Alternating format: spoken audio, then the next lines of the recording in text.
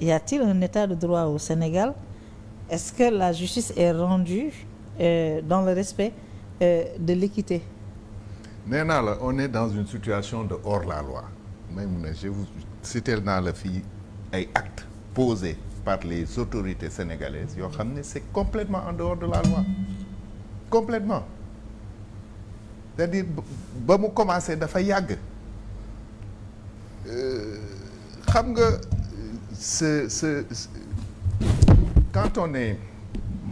quand il y a un vide Juridique. Non, pas juridique. Dans la proposition de règlement des problèmes sociaux, on le remplace par des tergiversations politiques. Aujourd'hui, on a de véritables problèmes. Les Sénégalais interpellent les autorités sur des problèmes très sérieux. La cherté du loyer, la cherté de l'énergie, le panier de la ménagère. Tout est devenu plus cher. On nous a vendu diminution des prix, ceci, cela. Tout est devenu plus cher. On attend, xam nga, on est en train de masquer de grosses difficultés économiques par ce qu'on appelle des emprunts hebdomadaires. Bu Sénégalais yi surveiller ni ngi gis presque chaque semaine ou 2 semaines. ñu leb 13 milliards wala 17 milliards jël tuuti fii jël sur des taux d'intérêt de 6 à 6,5%. Gis nga il faut qu'on fasse attention dëkk duñ ko diriger ci à peu près man dama ne woon du ma discuter sur les perspectives économiques tant que gisuma les plans d'action dont il parle parce que aussi bien la vision 2050 que la SND 2025-2029 amul chiffre amul benn chiffre il y a aucun chiffre il propose rien de concret ñu ne plan d'action ma ne ok ñu ngi xaar plan d'action bi ou au mieux la loi de finances initiale 2025 nga xam ne bu ñu respecter en tout cas l'architecture de ni ñuy waxee le budget programme dinañ def ce qu'on appelle une programmation triennale nga xam dañu am 3 budgets dinañ am 2025 am 2026 am 2027 loolu dinañu permettre ñu projeter wu sur l'avenir.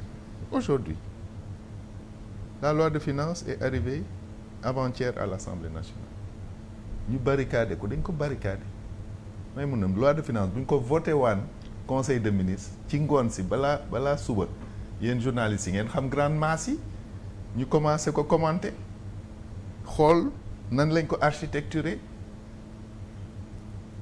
gis nga on va avoir des surprises sur la masse salariale boo xam ne tu l'imagines même pas.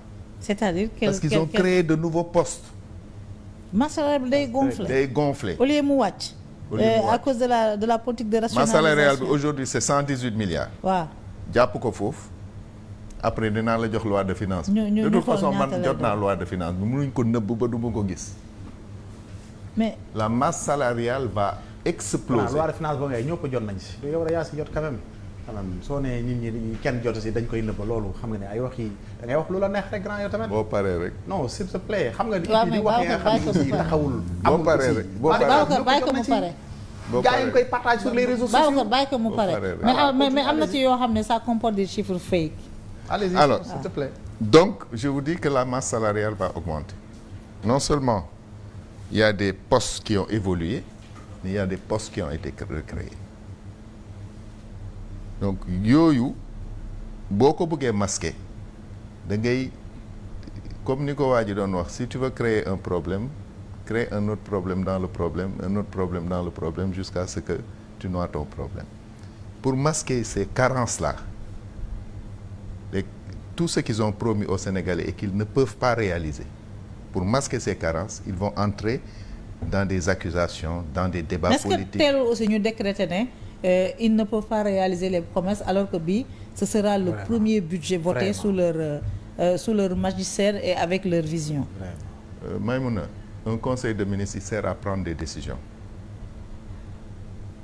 Un conseil de ministre il sert à prendre des décisions su ñu mënul jël décision ci conseil de ministre ñu def ko tous les mois. Il y a eu aucune décision qui a été prise depuis que ñu nekk au pouvoir en conseil de ministre à part des nominations.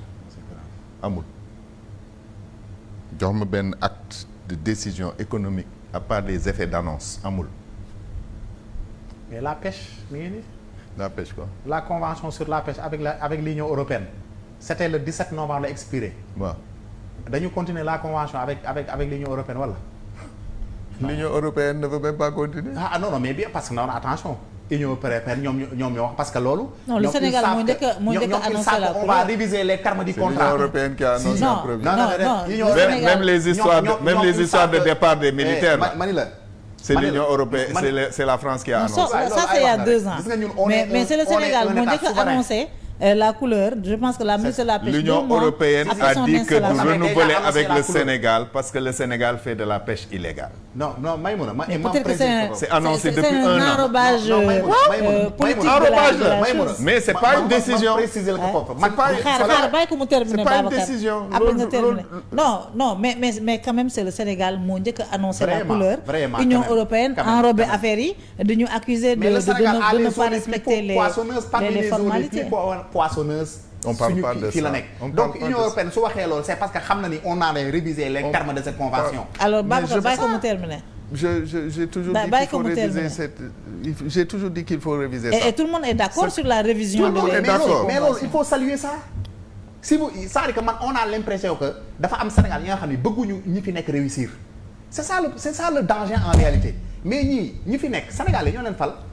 Babacar may ko mu terminer. du suffrage des Sénégalais. Babacar may ko mu donc tout le monde terminer. doit prier pour que ñu réussir. D'accord mais Babacar on a l'impression que les gens là c'est-à-dire que dañuy yàkkamti ñuy échouer. ba ñu taxaw di tàccu. mais Babacar pour les journalistes on ne s'intéresse qu'au train qui n'arrive pas à l'heure. Ah non mais c'est grave non je ne parle pas des journalistes mais je parle des autres. Vas-y Théodore. pare nga may ko mu terminer. Babacar le président de la République il a été élu pour faire le job. Il le fait. Babacar s'il vous plaît bul yàq débat may ko mu terminer. Il a été élu pour faire le job. Après tu vas clôturer. Hein? On ne l'a pas élu pour di ko raay. Qu'il fasse le job. Quand il fait le job, on ne le félicite pas. Parce qu'on l'a élu pour ça. On l'encourage. On l'encourage. Quand il fait pas le job, on le critique.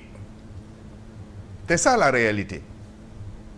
Tout le monde dit waaw dañ leen war a ñaanal pour ñu réussir. Pourquoi ñaanaluñ Macky Sall pour mu réussir? ñëpp lañ war a ñaanal pour ñu réussir. Mais c'est pas ça notre objectif. Notre objectif c'est de le surveiller. On l'a élu. Il a une équipe. On va les surveiller. Et quand ils vont faire des écarts, on va signaler ces écarts. Kenn mënuñ ko tere. Et je vous ai dit que depuis qu'ils sont là, ils ont fait beaucoup d'écarts. liñ def lu baax gisaguma ko bu ma ko gisee dinaa ko wax. Je n'ai vu aucun acte qui a été posé depuis 9 mois. Ça c'est très grave. Les assises de la justice. Anamu. La décision d'arrêter les exportations pour certaines. Pour l'arachide. On arrête l'exportation des arachides. Des arachides. On arrête l'exportation des arachides. Maïmouna dem nga dans le monde rural pour xool ce qui se passe. J'entends dire que on arrête des gens qui achètent en dessous du prix plancher. On oublie que le prix plancher n'est pas obligatoire. Me dégg ñu ne on arrête l'exportation des matières premières textiles. La renégociation de certains contrats. Ban matière première textile la ñuy wax. Ban matière première textile la ñuy wax. Coton. On n'en a plus. Mais même si on en a, on n'a pas de filature. boo ko exporté wu loo koy def da nga koy jàll fii jox ko maire yi ñu jël. déedéet ñu jël xam nga lii la ñuy wax. Babacar xaaral mu terminer. sama yaay usine qui a été inaugurée. à Kaolack chez moi. dem nga fa gis nga ko muy tàkk. non mais ne la mais tout récemment yaay usine qui a été Babacar inaugurée. C'est Domitex Ka à Kaolack là où j'habite.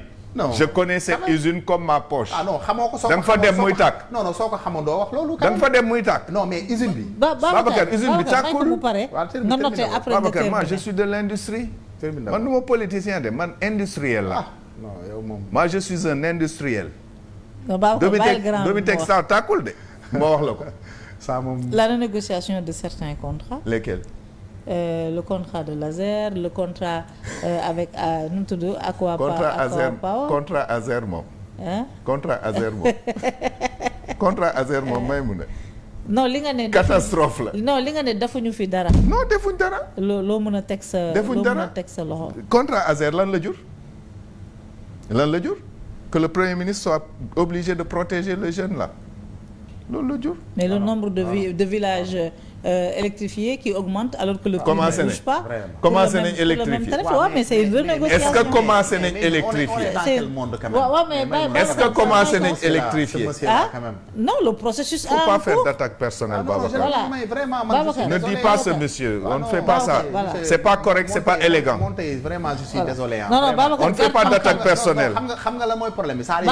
on fait pas d'attaque personnelle. Babacar il a le droit de mais Babacar il a le droit de nier l'existence du soleil comme vous avez nié l'existence du soleil sur Macky Sall. non apprenez à être démocrate. faut pas faire d'attaque personnelle. Sérieusement bàyyi ko mu terminer. faut pas faire d'attaque personnelle. je ne parlerai jamais de votre personne. je vais parler des faits. non moi j'ai pas parlé de votre personne. si quand vous dites ce monsieur là. waaw s'il vous plaît non c'est des écarts de langage qu'il faudrait jamais avoir. si ça vous dérange moi je m'excuse. non c'est pas que ça me dérange. moi ça me dérange pas.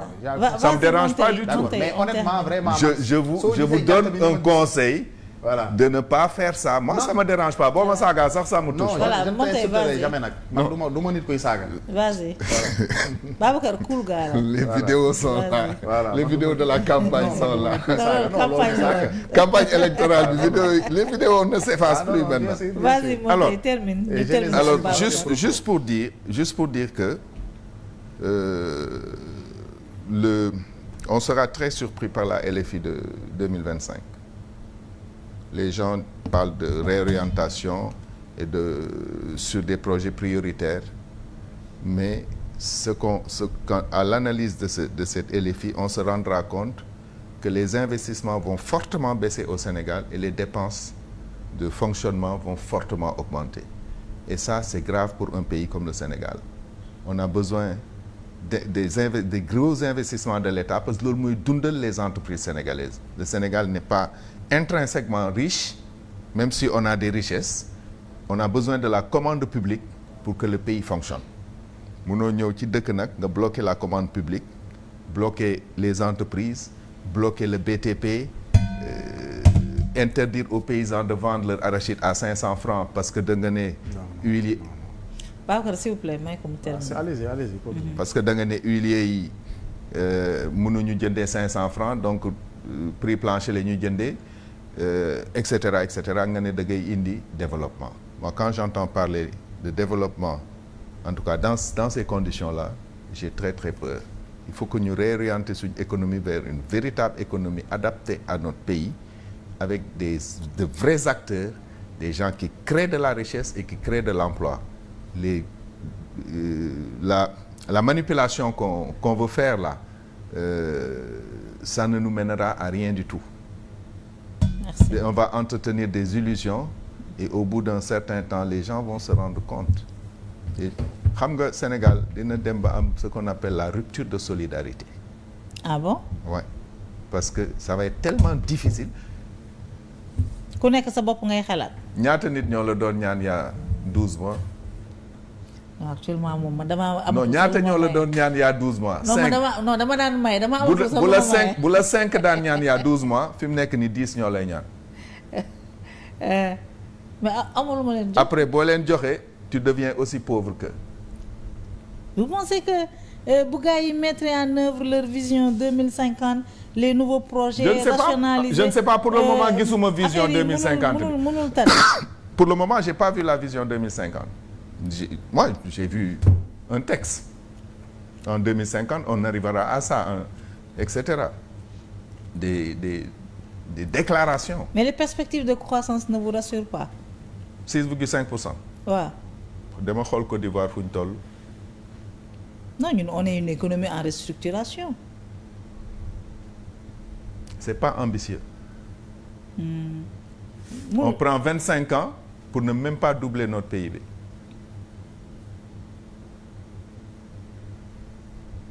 Les gens ne se rendent pas compte qu'on nous a fait reculer de 15 ans.